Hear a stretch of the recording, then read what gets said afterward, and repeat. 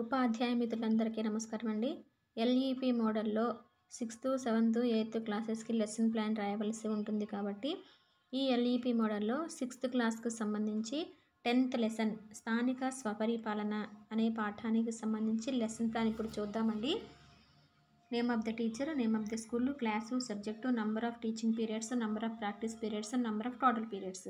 Teaching periods ఎన్ని అయితే తీసుకుంటున్నామో practice periods same తీసుకోవాలి కాబట్టి ఇక్కడ 7 teaching periods, 7 practice periods, total periods 14 తీసుకోవడం జరిగింది.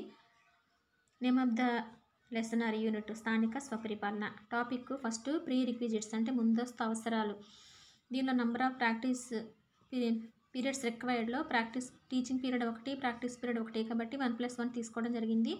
టైమ్ లైన్ ఫర్ టీచింగ్లో ఫ్రమ్ దగ్గర టీచింగ్ పీరియడ్ డేట్ వేస్తాం, 2 దగ్గర ప్రాక్టీస్ పీరియడ్ డేట్ వేస్తాం. అంటే టీచింగ్ పీరియడ్ ఎక్కడైతే జరిగిందో దాని వెంటనే మరుసటి రోజే ప్రాక్టీస్ పీరియడ్ జరగవలసి ఉంటుంది కాబట్టి ఇక్కడ 1 డే తర్వాత నెక్స్ట్ డే అక్కడ రావడం జరుగుతుంది.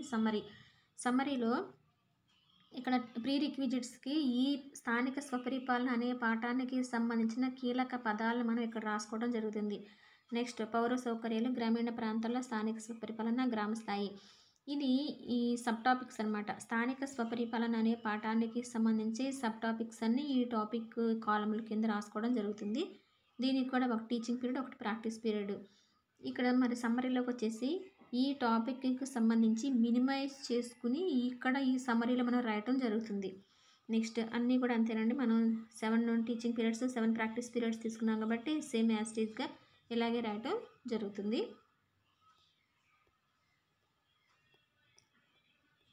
నెక్స్ట్ ఉన్ముఖీకరణ టీచింగ్ పీరియడ్. ఉన్ముఖీకరణ అనేది కొన్ని చిత్రాలు చూపించడం కానీ, లేదా కొన్ని క్వశ్చన్స్ వేయడం ద్వారా కానీ, కొన్ని సన్నివేశాన్ని వివరించడం కానీ, లేదా ఒక కథ చెప్పడం ద్వారా కూడా మనం ఉన్ముఖీకరణ చేయడం జరుగుతుంది. అంటే విద్యార్థులు మన వైపుకు త్రిప్పుకోవడం అనమాట. నేను ఇక్కడ కొన్ని ప్రశ్నల ద్వారా ఉన్ముఖీకరణ చేసి పాఠం పేరు చెప్పించడం జరిగింది. నెక్స్ట్ అభ్యాసం ఫలితాలు టెక్స్ట్ బుక్లోవే రాయడం జరిగిందండి. నెంబర్ ఆఫ్ పీరియడ్స్ మొత్తం 14 వచ్చినాయి కాబట్టి 14 తీసుకోవడం జరిగింది. బోధన అభ్యాసన ప్రక్రియ ఇంట్రడక్షన్ ప్రేరణ పరిచయం అనమాట. దీన్ని విద్యార్థులు మనం ప్రేరేపించడానికి ఏమేమి కృత్యం చేశాము అనేది మనం ఇక్కడ రాసుకోవడం జరుగుతుంది. ఎక్స్పీరియన్స్ అండ్ రిఫ్లెక్షన్ అంటే ఈ పాఠానికి సంబంధించి విద్యార్థికి అంతకుముందు ఏదన్నా ఎక్స్పీరియన్స్ ఉందా అనే దాన్ని మనం కొన్ని ప్రశ్నల ద్వారా మనం విద్యార్థి అంటే పూర్వ జ్ఞానం ఎంత ఉంది ఈ పాఠానికి సంబంధించి విద్యార్థికి అనేది తెలుసుకోవడం జరుగుతుంది. Next concepts, steps. దీంట్లో టీచింగ్ పీరియడ్ 2లో మనకి 3 స్టెప్స్ ఉన్నాయి. ఈ 3 స్టెప్స్ కూడా ఈ విధంగా ఉన్నాయి చూడండి. నెక్స్ట్ ఉపాధ్యాయుని కృత్యము, జట్టు కృత్యము, వ్యక్తిగత కృత్యం. టీచింగ్ పీరియడ్ 2లో రీడింగ్ యాక్టివిటీస్ ఫస్ట్ది. ఇక్కడ ఇవ్వబడిన పాఠాన్ని విద్యార్థుల కొరకు బిగ్గరగా చదివి దానిలో కీలక పదాలను బోర్డు మీద రాస్తాం. ఇలా కీలక పదాలు ఏమని ఎగ్జాంపుల్ ఇక్కడ రాయడం జరిగింది. జట్టు కృత్యము, వ్యక్తిగత కృత్యము కూడా ఇలా రాయటం జరుగుతుంది. నెక్స్ట్ అన్ని టీచింగ్ పీరియడ్ 2లో మనకి 3 స్టెప్స్ ఉన్నాయని చెప్పుకున్నాం కదా. ఫస్ట్ స్టెప్, ఇది second, third step. Next practice పీరియడ్లో 4 స్టెప్స్ ఉంటాయి. First step keywords reading, second step similar lines reading, third synopsis reading, next 4th one writing and editing. ఈ విధంగా రాయటం జరుగుతుంది. Check for understanding questions. Factual మనకు తెలిసిందే, అందరు విద్యార్థులు ఒకే రకమైన సేమ్ ఆన్సర్ రాయగలిగిన ప్రశ్నలు మనం ఇక్కడ రాయటం జరుగుతుంది.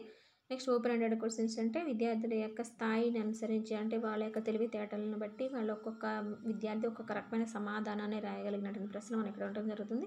నెక్స్ట్ టీఎల్ఎం ఇది డిజిటల్ కావచ్చు, ప్రింటెడ్ కావచ్చు, ఏదైనా మనం రాసుకోవచ్చు. Student practice questions and activities. దీనికి సంబంధించి మనం టెక్స్ట్ బుక్ నుండి కానీ, లేదంటే బ్లాక్ బోర్డ్ మీద కానీ, లేకపోతే ఫీల్డ్లో మనం ఏదైనా వర్క్ కానీ విద్యార్థికి ఇవ్వటం జరుగుతుంది కదా, అది ఇక్కడ రాసుకుంటాం. నెక్స్ట్ అసెస్మెంట్ లేదా మూల్యాంకనం. ఏవైనా కొన్ని క్వశ్చన్స్ అసెస్మెంట్లో మనం ఇస్తాము. నెక్స్ట్ నోట్స్ విద్యార్థులకు మనం ఎలా సహాయం చేస్తాం అనేది ఇక్కడ రాసుకోవడం జరుగుతుంది.